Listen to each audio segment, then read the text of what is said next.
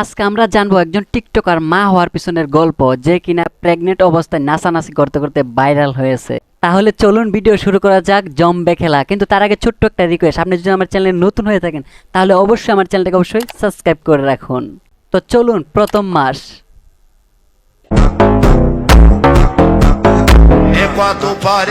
প্রথম মাস ঠিকই আছে, তেমন বোঝা যায় না যে সে প্রেগনেন্ট।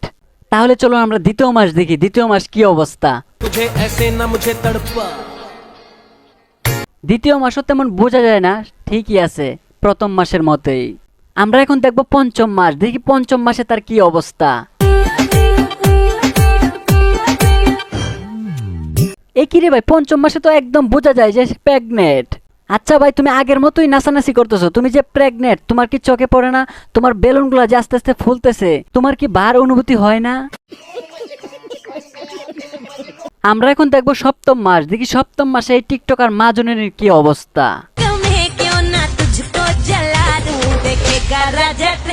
এ কি রে ভাই, সপ্তম মাসেও নাচানাচি করতেছে। আচ্ছা, তোমার কি লজ্জা শরম করে না, নাকি এইগুলো তোমার ফ্যামিলির চোখে পড়ে না?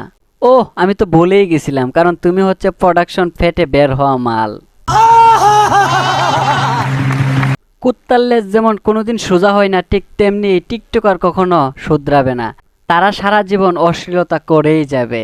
বাপ মা যদি ভালো না হয়, সালপান কোনোদিন ভালো হয় না। ঠিক বলছিস ভাই, এটা হচ্ছে ফ্যামিলির দোষ। গোটা ভালো তো গাছ ভালো, মা বাপ ভালো তো ছেলে সন্তানও ভালো। তো বন্ধুরা, ভিডিওটা ভালো লাগলে অবশ্যই লাইক কমেন্ট শেয়ার করে আমার চ্যানেলকে অবশ্যই সাবস্ক্রাইব করে রাখুন। আর কমেন্ট বক্সে এই টিকটকার মাজনির নামে কিছু বলে যান। বাই বাই বন্ধুরা, দেখা হবে নতুন আরেকটা ভিডিওতে। এই পর্যন্ত সবাই ভালো থাকুন, সুস্থ থাকুন, আল্লাহ হাফেজ।